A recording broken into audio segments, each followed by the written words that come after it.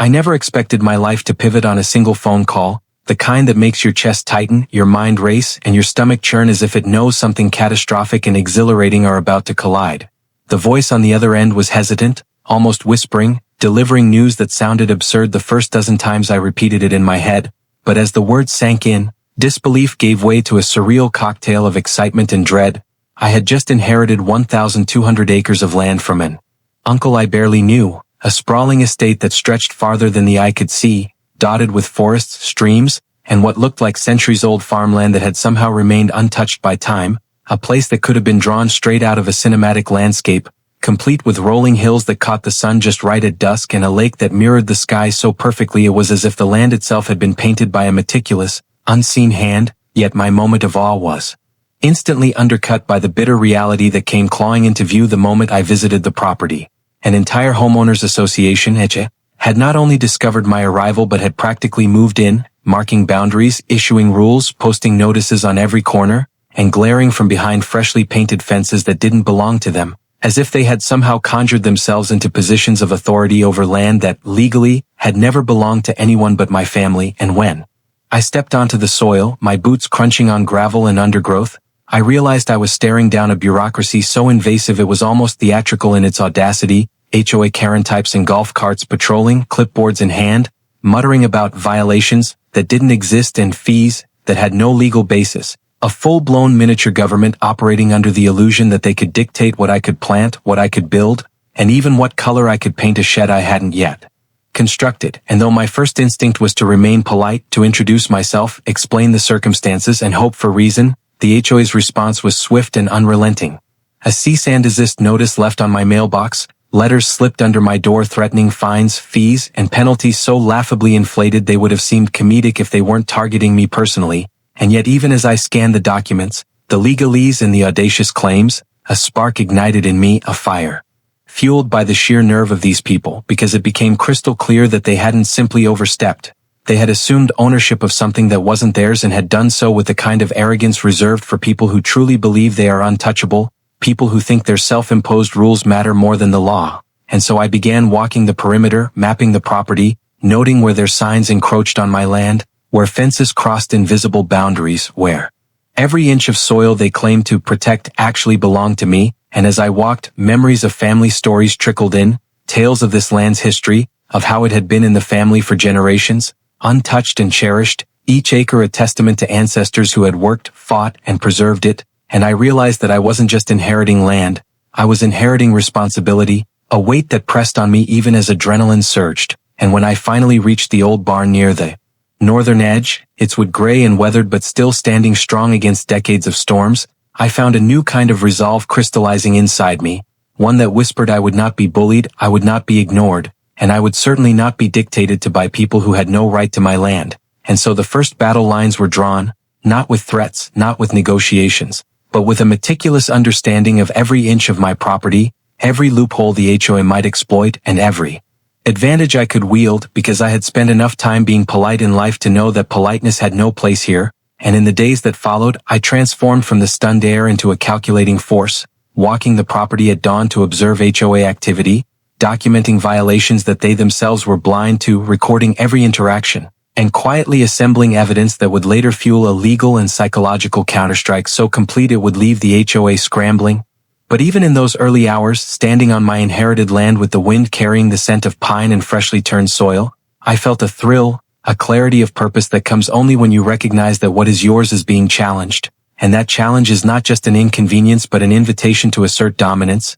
a gauntlet thrown by people who believed audacity was enough to hold sway over legality and lineage. And so I began crafting a plan, a multi-layered strategy that blended patience, intimidation, and creativity, a strategy that would not just reclaim my property but redefine the rules entirely, because from the moment I inherited those 1,200 acres, I understood one immutable truth. They thought they could play with fire, but they had no idea the inferno they had just awakened.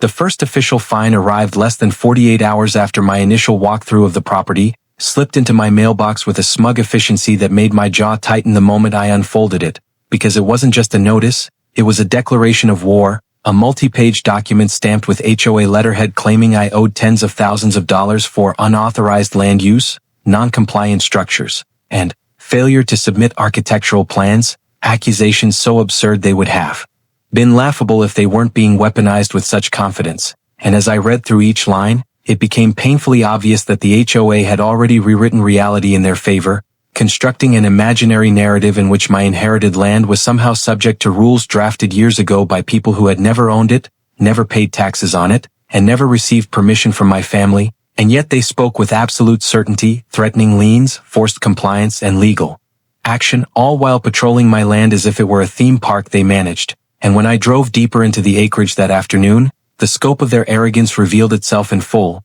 Newly installed HOA signage hammered into my soil, gravel roads graded without consent, survey stakes driven into the ground marking future community expansions. And worst of all, a partially cleared section near the lake where trees had been cut down, their stumps raw and bleeding sap like open wounds, because the HOA had already begun developing my land, assuming ownership through sheer momentum, believing that if they moved fast enough, legality would eventually bend to convenience. And it was in that moment, standing among fallen trees that had stood longer than anyone on that board had been alive, that something inside me hardened completely, because this wasn't about petty fines anymore. This was theft, trespass, and environmental destruction, all wrapped in pastel-colored bylaws and delivered with fake smiles. And yet when I confronted them at their next board meeting, walking into a clubhouse filled with polished wood tables, framed mission statements, and the unmistakable scent of entitlement, they greeted me not with concern or apology but with rehearsed condescension. The HOA president,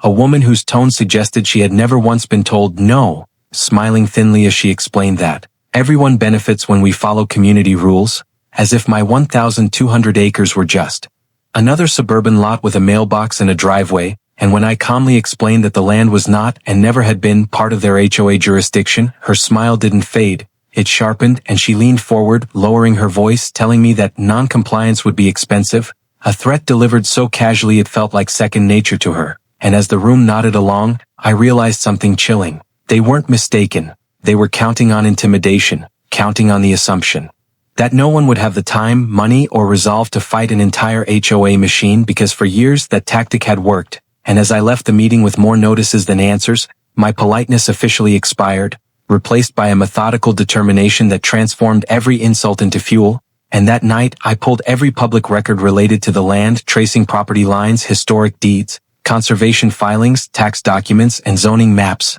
uncovering a truth the HOA had desperately hoped would remain buried, that their development bordered my land but had never legally incorporated it, not once, not even by accident. And worse for them, several of their existing structures appeared to encroach onto my property, meaning that while they were busy fining me for imaginary violations, they themselves were sitting on a powder keg of legal exposure. And as days passed, the harassment escalated, HOA security vehicles idling near my gates, notices posted on trees, drones hovering low under the guise of surveying, and contractors returning to continue clearing land despite my posted no trespassing signs, forcing me to document everything, timestamps, photographs, recordings, each piece of evidence stacking higher than the last, because I understood now that this wasn't a skirmish, it was a siege, and they believed they could starve me out through bureaucracy, bury me in paperwork, and scare me into submission. But what they didn't know was that every action they took only strengthened my position, because with each illegal fine, each unauthorized cut, each trespass,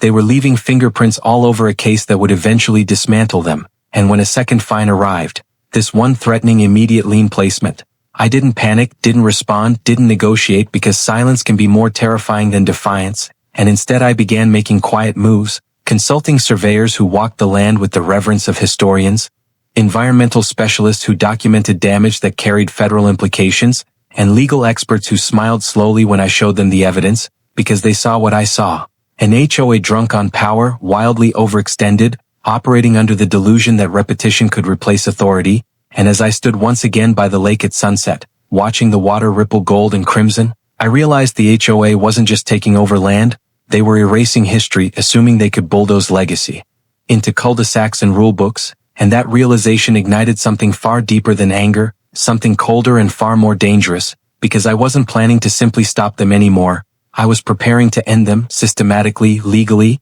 and in a way that would ensure no HOA within 100 miles ever made the same mistake again. And as the wind moved through the remaining trees, I made a silent promise to the land and to myself. They had pushed too far, and soon they would learn the Cost of confusing politeness for weakness. The first time the HOA realized they were no longer in control wasn't dramatic, loud, or public. It was subtle, almost invisible, the kind of shift that only happens when an entire power structure begins to wobble from the inside, because one morning their survey crew arrived at the eastern edge of my land expecting compliance and instead found a certified boundary survey posted every 50 yards. Bright markers and legal coordinates staked into the ground with surgical precision, a silent declaration that the era of intimidation had ended, and within hours my phone began lighting up with voicemails from board members who suddenly sounded far less confident, their rehearsed authority cracking as they asked clarifying questions and suggested collaborative solutions. But collaboration had never been their goal until resistance appeared, and I ignored them, letting the evidence speak for itself, because at that point I had already filed formal notices of trespass with the county, environmental damage reports with state agencies, and cease and desist orders drafted with language so airtight it left no room for interpretation. And when the HOA's contractors were forced to halt work midday, their machinery idling uselessly on land they had assumed was theirs, word spread through the community like an electrical current, panic buzzing beneath manicured lawns and uniform fences, and suddenly residents began asking questions the board had never prepared to answer. Why were their liens threatened on land that wasn't part of the HOA? Why were assessments being used to develop property they didn't own? And why had trees been cut near a protected waterway? Because once doubt enters a closed system, it multiplies relentlessly. And as the board scrambled to maintain the illusion of control, I escalated strategically, not emotionally, commissioning aerial imaging that revealed encroachments so blatant even a child could trace the violations, entire roads and utility lines crossing my property without easements, storage facilities sitting squarely on my land, and worse, emergency access routes that violated county codes. And when those images were quietly delivered to regulators, the tone of the HOA's communications shifted from commanding to pleading, meetings canceled without explanation, agendas rewritten overnight, and routine inspections suddenly postponed indefinitely, and still I said nothing publicly, because silence was doing far more damage than confrontation ever could. And then came the tipping point. A county inspector arrived unannounced, followed by state environmental officers, their presence alone enough to send board members scrambling like ants whose nest had been kicked open. And as citations were issued and work stoppages enforced, the HOA president's carefully curated composure finally fractured, her voice shaking during a hastily called emergency meeting where she assured residents that everything was under control, even as documents circulated proving otherwise. And it was then that the residents began to realize a devastating truth. The HOA hadn't just overreached, they had gambled with everyone's money, exposing the entire community to massive liability, because every illegal development, every unauthorized fine, every trespass had been funded by HOA dues, meaning the fallout wouldn't land on the board alone. And as whispers turned into open arguments, I made my first public move, releasing a formal statement. Through my attorney confirming ownership of the land, detailing documented violations, and clarifying that while I sought no conflict with residents, accountability for the damage was non-negotiable, a message that landed like a controlled detonation, because it framed the conflict exactly where it belonged, not between neighbors, but between truth and deception, and the HOA board reacted predictably, accusing me of intimidation, claiming victimhood, and threatening countersuits that evaporated. The moment my legal team responded with evidence, because bravado collapses when it meets documentation, and within days resignations began, first quietly, then publicly, board members stepping down for personal reasons that fooled no one, and as leadership disintegrated, internal records leaked, revealing that the HOA had known about the questionable jurisdiction for years but had proceeded anyway, betting that no one would ever challenge them, and that revelation was the final nail, because it stripped away any remaining goodwill, turning residents from passive observers into furious stakeholders demanding restitution. And as pressure mounted from every direction, regulators, residents, insurers, the HOA attempted one last maneuver, offering a settlement that would grant them partial control in exchange for restoring harmony. An offer so insulting I didn't bother to dignify it with a response, because harmony built on theft isn't harmony at all, it's surrender. And by then, my plan had moved beyond defense into restructuring, exploring conservation protections, agricultural exemptions, and legal mechanisms that would permanently prevent HOA encroachment, ensuring that no future board could ever attempt what this one had. And as I walked the land again, this time accompanied by surveyors and officials who treated it with the respect it deserved, I felt a profound shift, not triumph, but certainty, because the HOA had finally realized what I'd known from the start. Power built on assumption collapses the moment reality shows up, and they were now standing on the wrong side of it, scrambling to contain a disaster entirely of their own making, while I stood quietly on land that had endured far worse than a handful of overconfident bureaucrats. Knowing that the reckoning wasn't coming, it had already arrived. The moment the HOA's insurance provider pulled its coverage was the moment the entire facade finally shattered, because nothing exposes institutional rot faster than money refusing to protect it. And when that letter surfaced, quietly at first, then explosively through panicked emails and emergency notices, the board's remaining authority evaporated almost overnight, leaving behind a vacuum filled with fear, anger, and desperation as residents suddenly realized their homes, their investments, and their sense of security had all been tethered to a leadership that had gambled recklessly on land it never owned. And as legal notices stacked higher and regulatory deadlines loomed closer, the HOA's once polished communications devolved into frantic, contradictory messages urging unity while quietly preparing for collapse. And through it all, I stayed deliberately measured, allowing the weight of their own decisions to crush them, because every attempt they made to paint me as the villain collapsed under the mountain of documented evidence. And when the county formally ruled that the HOA had no jurisdiction over my inherited 1,200 acres,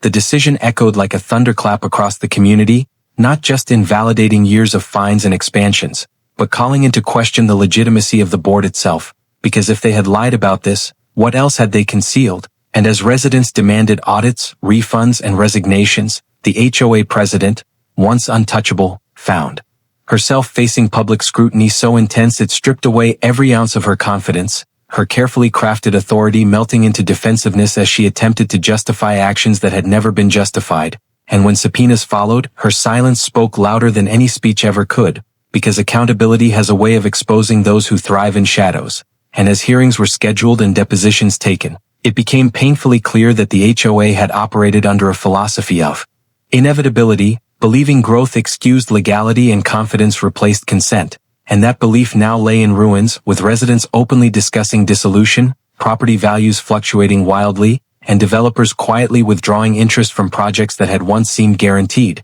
And while some attempted to negotiate privately with me, hoping to salvage influence or carve exceptions, I remained unwavering, because compromise at that stage would have legitimized the very behavior I was dismantling. And instead, I moved forward with measures that would permanently reshape the landscape, filing for conservation easements, agricultural zoning protections, and environmental restoration programs that not only safeguarded the land but imposed layers of legal insulation against future encroachment, transforming the acreage from a target into a fortress. And as restoration crews began repairing damage, replanting trees, stabilizing soil, reviving waterways, the contrast between stewardship and exploitation became impossible to ignore, forcing the community to confront the consequences of blind trust in authority. And when the HOA's final meeting was announced, attendance surged not with support but with confrontation, residents demanding answers, refunds, and accountability while board members struggled to maintain order. And when the vote to dissolve passed amid chaos and shouting, it marked the end of an era defined by overreach and the beginning of a reckoning that extended far beyond paperwork, because dissolution didn't erase liability, it concentrated it, leaving former board members exposed to lawsuits, fines, and reputational damage that no resignation could undo. And as news spread beyond the neighborhood, the story took on a life of its own, becoming a cautionary tale whispered in municipal offices and legal forums, a reminder that authority without legitimacy is just performance. And as I stood once more on the land, watching restoration replace destruction, I felt something deeper than victory, a sense of closure rooted in the knowledge that boundaries, once respected, create harmony, but when ignored, invite collapse. And the HOA had chosen collapse through arrogance, assuming politeness was weakness and entitlement was ownership. And now, stripped of both power and pretense, they were left to face the consequences alone, while the land endured, reclaimed not through force but through patience, precision, and the unyielding truth that some things cannot be taken simply because someone decides they want them. The final chapter of the HOA saga didn't arrive with fanfare or a single dramatic confrontation. It arrived quietly, methodically, as if the land itself had orchestrated the reckoning, because by the time I walked its full expanse one last morning, the consequences of arrogance, overreach, and entitlement were fully visible, not just in the absence of the board members who had once ruled with imaginary authority, but in the tangible restoration of what had always been mine, the old barn standing tall, the lake reflecting the sky without obstruction, the forested borders untouched and alive, and as I traced the paths where heavy machinery had once clawed the soil, I realized that every inch of land told a story of persistence, patience, and precision, of a legal and strategic campaign that had transformed what could have been a drawn-out battle into an undeniable demonstration of ownership, because the HOA, despite its initial confidence, had been entirely unprepared for a counterforce. Grounded not in anger alone but in methodical planning, evidence, and the unshakable will to protect one's inheritance. And now, as the dust settled, the repercussions rippled outward.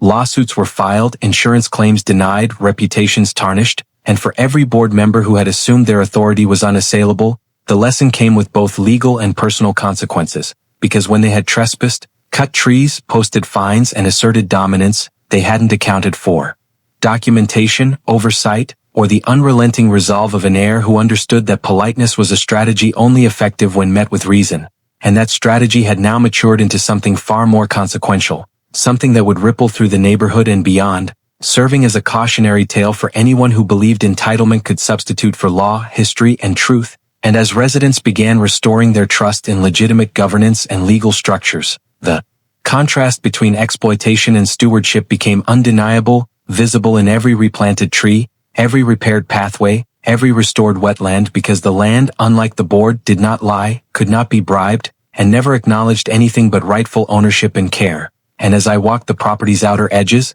the quiet hum of restoration crews and environmental monitors punctuating the air, I felt the full weight of what had been achieved, not as revenge, not as spectacle, but as rectification, a reclaiming of legacy that extended beyond the physical acreage to a reaffirmation of principle, because in every step, every survey, every legal motion filed, I had not just defended the land, I had redefined the limits of authority and accountability, transforming what the HOA had treated as a playground for self-aggrandizement into a living example of consequence, and the final irony was exquisite. The very people who had once patrolled my land with clipboards, who had assumed entitlement through audacity, were now powerless observers, watching as the community rebuilt, as the boundaries they had ignored were reinforced, as regulations and conservation protections ensured that no future board could repeat their mistakes. And in that moment, standing at the highest hill overlooking the restored lake, the barn, the woods, and the fields, I understood that victory had never been about humiliation, fines, or personal retribution. It had been about restoration, the affirmation of rightful ownership, and the irrefutable lesson that boldness without legitimacy crumbles when confronted with patience, preparation, and unwavering resolve. And as the sun dipped below the horizon, casting golden light across every acre, I finally felt a profound sense of closure, knowing that the land, my inheritance, was safe, untouchable, and fully respected, while the HOA in its arrogance had not only lost its imagined dominion but had also become a permanent case study in the consequences of entitlement, mismanagement, and hubris, a cautionary tale that would echo far beyond the borders of those 1,200 acres, because in the end, ownership is not asserted through threats, fines, or intimidation. It is secured through truth, law, and the relentless commitment to protect what is rightfully yours. And with that, I could finally breathe, walk freely, and know that what had been mine all along was now protected for generations to come, an unshakable testament to patience, strategy, and the enduring power of standing firm when challenged. And as I turned back toward the barn, the lake shimmering in the fading light, I knew the HOA had been defeated not with anger, but with precision, resilience, and the unwavering knowledge that some things, land, legacy, and principle, cannot be stolen without consequence. The aftermath of the HOA's collapse could have been a quiet victory, a simple reclamation of my inherited land, but as I walked the property one crisp morning, surveying the restored fields and replanted trees, it became painfully clear that the story was far from over, because the ripple effects of their arrogance were spreading through the community like wildfire. Residents who had once turned a blind eye to petty rules and absurd fines now came to me with questions, complaints, and occasionally, confessions, admitting that they had long suspected the board's overreach but feared the consequences of speaking up. And as I listened, a pattern emerged: unauthorized construction, illegal variances, environmental damage, and even embezzlement of HOA funds. Proof that the board's hubris had been systemic, not isolated. And as word of these revelations reached the media, the local news picked up the story, broadcasting images of abandoned machinery, illegally posted notices, and maps detailing the board's unauthorized expansions, turning a neighborhood feud into a public spectacle. And the HOA members,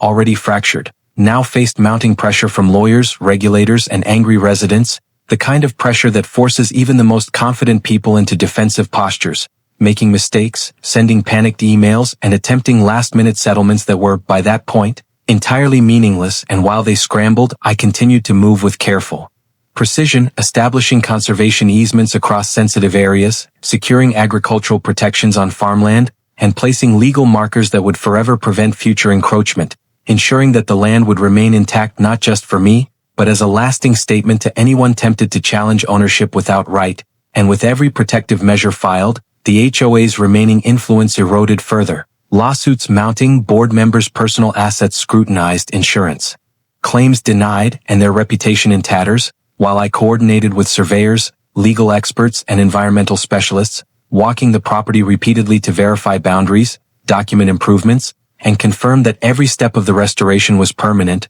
because the lesson had become larger than my inheritance. It had become a blueprint for resisting systemic overreach and asserting authority over what is rightfully yours. And as I moved deeper into the northern forested area, where the HOA had once illegally cleared trees, I discovered additional encroachments hidden beneath undergrowth, evidence that their ambition had extended further than anyone suspected. And with each new discovery, I meticulously documented everything, building an unassailable case that would ensure no part of the property could ever again be claimed or mismanaged by outside entities. And the residents, now witnessing the scale of my methodical approach, began to shift their allegiance openly, supporting legal protections, refusing to pay dues to a defunct board, and even speaking out against the remaining HOA executives who attempted to maintain influence, because they could see that authority without legitimacy collapses under scrutiny. And every public hearing, every legal filing, every newspaper headline further cemented the reality that the HOA's era was over, its arrogance punished not with revenge but with structure, strategy, and truth.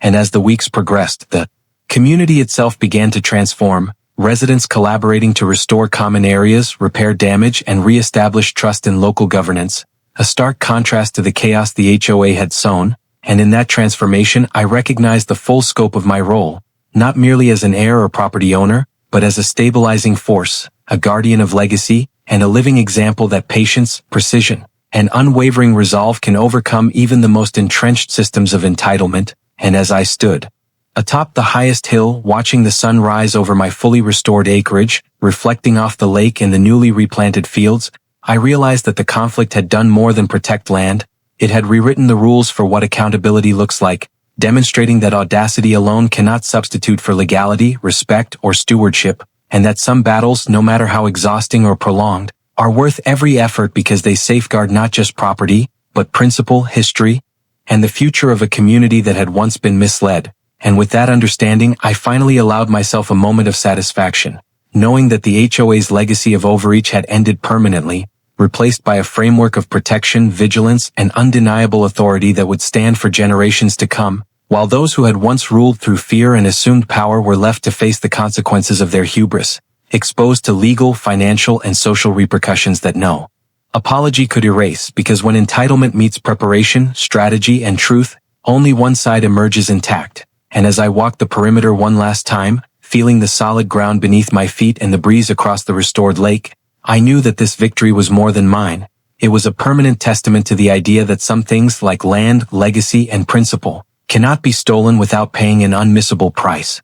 By the time the 7th week of this conflict arrived, the HOA's desperation had reached a fever pitch, their earlier arrogance replaced by frantic, almost comical attempts to regain control over a situation that had long since slipped through their fingers, because now, every move they made was reactionary, panicked, and utterly predictable, with board members sending increasingly absurd letters threatening imaginary penalties, posting illegal notices on boundaries they no longer had any authority over, and holding emergency meetings that devolved into shouting matches, as residents openly mocked the outdated rules, refused to comply, and demanded accountability for years of mismanagement. And it was in this chaotic environment that I made my next move, knowing that the HOA's overconfidence had blinded them to one critical fact. The more they tried to assert dominance, the faster their own foundation crumbled, and so I orchestrated a series of legal filings that targeted the HOA's structural vulnerabilities, sending certified notices of violation directly to every member, highlighting not just trespassing on my property, but also improper financial management, environmental infractions, and unauthorized construction. Each document meticulously cross-referenced with county records, photographs, and witness statements, leaving them no room to maneuver, and as the pressure mounted, the board attempted to convene a special session, under the guise of regaining order, only to be met with a wave of residents armed with copies of my filings, demanding transparency, refunds, and resignations, forcing the HOA president to concede publicly that they had overstepped, that fines were invalid, and that certain constructions had been unauthorized, a confession that echoed through the community like a dam breaking, and as word of this concession spread, the last threads of their perceived authority unraveled. Contractors and survey crews who had previously obeyed the HOA now refused further work, citing liability concerns, and state regulators arrived to inspect sites the board had attempted to develop illegally, documenting violations that added layers of legal consequences, creating a cascading effect that left the HOA powerless, while I, moving with deliberate calm, coordinated each step, ensuring that every violation, every encroachment, and every historical abuse was not just recorded but strategically presented to maximize legal impact. And as the HOA's communications became increasingly defensive, contradictory, and desperate, I expanded my protections on the land, filing easements and environmental safeguards that permanently blocked further encroachment, while simultaneously offering residents the opportunity to participate in community restoration initiatives, turning former tension into collaboration and further isolating the board members who had once wielded authority with unchecked confidence. And when the final board meeting was convened, attendance was overwhelming, not with support for the HOA, but with questions, accusations, and demands for restitution as residents publicly confronted the executives, highlighting illegal fines, unauthorized construction, and environmental damage, a spectacle that left the leadership visibly shaken, fumbling for responses, their carefully rehearsed talking points completely irrelevant in the face of documented evidence.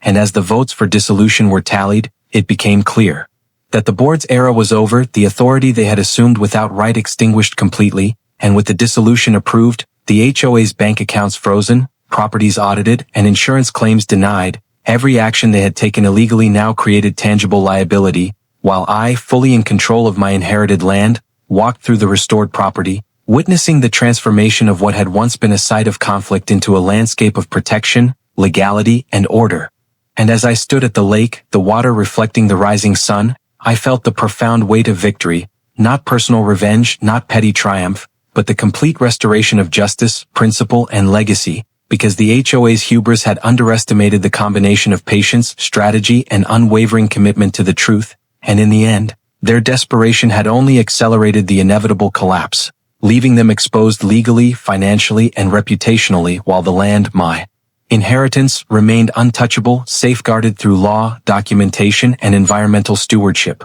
And as I finally surveyed the full expanse of my 1,200 acres, the forested edges, the lake, the barn, and the restored fields, I understood that this wasn't merely a personal victory, it was a permanent blueprint for resisting overreach, asserting rightful ownership, and demonstrating that entitlement, no matter how confidently wielded, crumbles when confronted by evidence, patience, and relentless resolve. And as the wind moved through the trees and the sunlight glinted off the water, I finally allowed myself a moment to appreciate the scope of what had been achieved, knowing that the HOA's attempts at control had failed completely, leaving behind a legacy of cautionary lessons, restored community trust, and land preserved for generations, while the former board members, stripped of power and credibility, faced the consequences of every decision they had made in their arrogant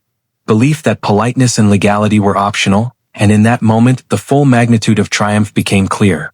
Ownership isn't asserted through threats or bureaucracy, it's secured through preparation, persistence, and the unwavering defense of what is yours, and those who forget that lesson will eventually face the same reckoning as the HOA, powerless and exposed, while the land, untouchable and restored, stands as a lasting testament to the power of strategy, patience, and rightful authority.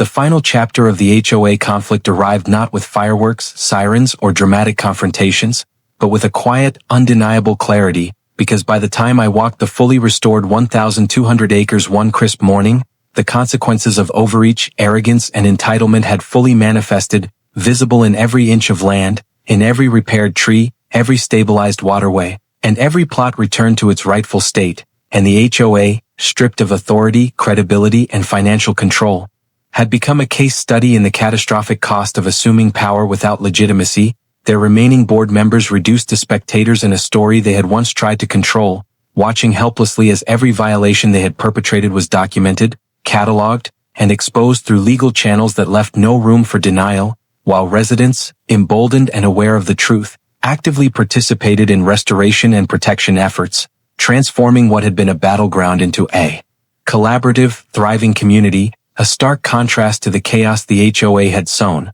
And as the final court rulings were issued, every claim they had made against me was dismissed, every fine nullified, and every encroachment they had attempted to impose was permanently blocked through conservation easements, environmental protections, and legal markers that ensured the land could never again be seized, manipulated, or mismanaged. And yet beyond the legal victories, the most profound transformation was social and psychological, because residents who had once turned a blind eye to petty rules and arbitrary authority now understood the true cost of unchecked power, the vulnerability of communities to arrogance, and the importance of vigilance and documentation, while the former board members, whose every action had been calculated under the assumption of immunity, faced personal, financial, and legal consequences that underscored a fundamental lesson. Entitlement is fleeting. When met with evidence, preparation, and resolve, and as I walked through the northern forest, where once unauthorized clearing had left scars on the land, I could now see saplings thriving, the soil stabilized, and wildlife returning,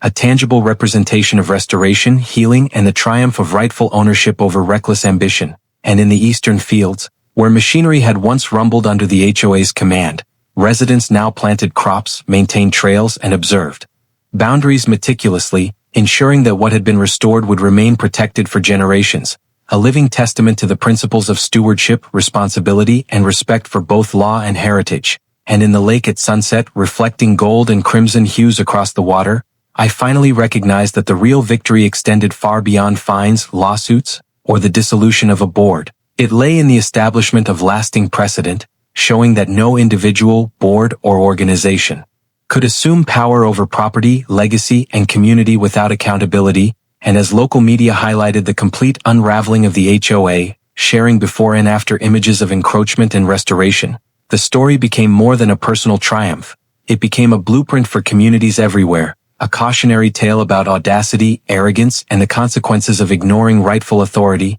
And while the former board members attempted last-ditch maneuvers to reclaim influence, legal documentation, community awareness, and protective measures rendered every action moot, leaving them exposed, ineffective, and humiliated, a far cry from the confident, controlling figures they had once been. And as I stood atop the highest hill overlooking the entirety of the restored land, the barn weathered but standing proud, the forest healthy, the lake shimmering in the fading sunlight, and fields stretching unbroken to the horizon, I felt the weight of generations settling onto my shoulders with a quiet satisfaction, knowing that the land was secure, the community aware and protected, and the HOA's era of entitlement permanently ended. And in that moment, I realized that the inheritance had been more than property. It had been a test, a challenge, and an opportunity to assert justice, establish accountability, and demonstrate that patience, preparation, and unwavering commitment to principle will always triumph over arrogance. And as the sun finally dipped below the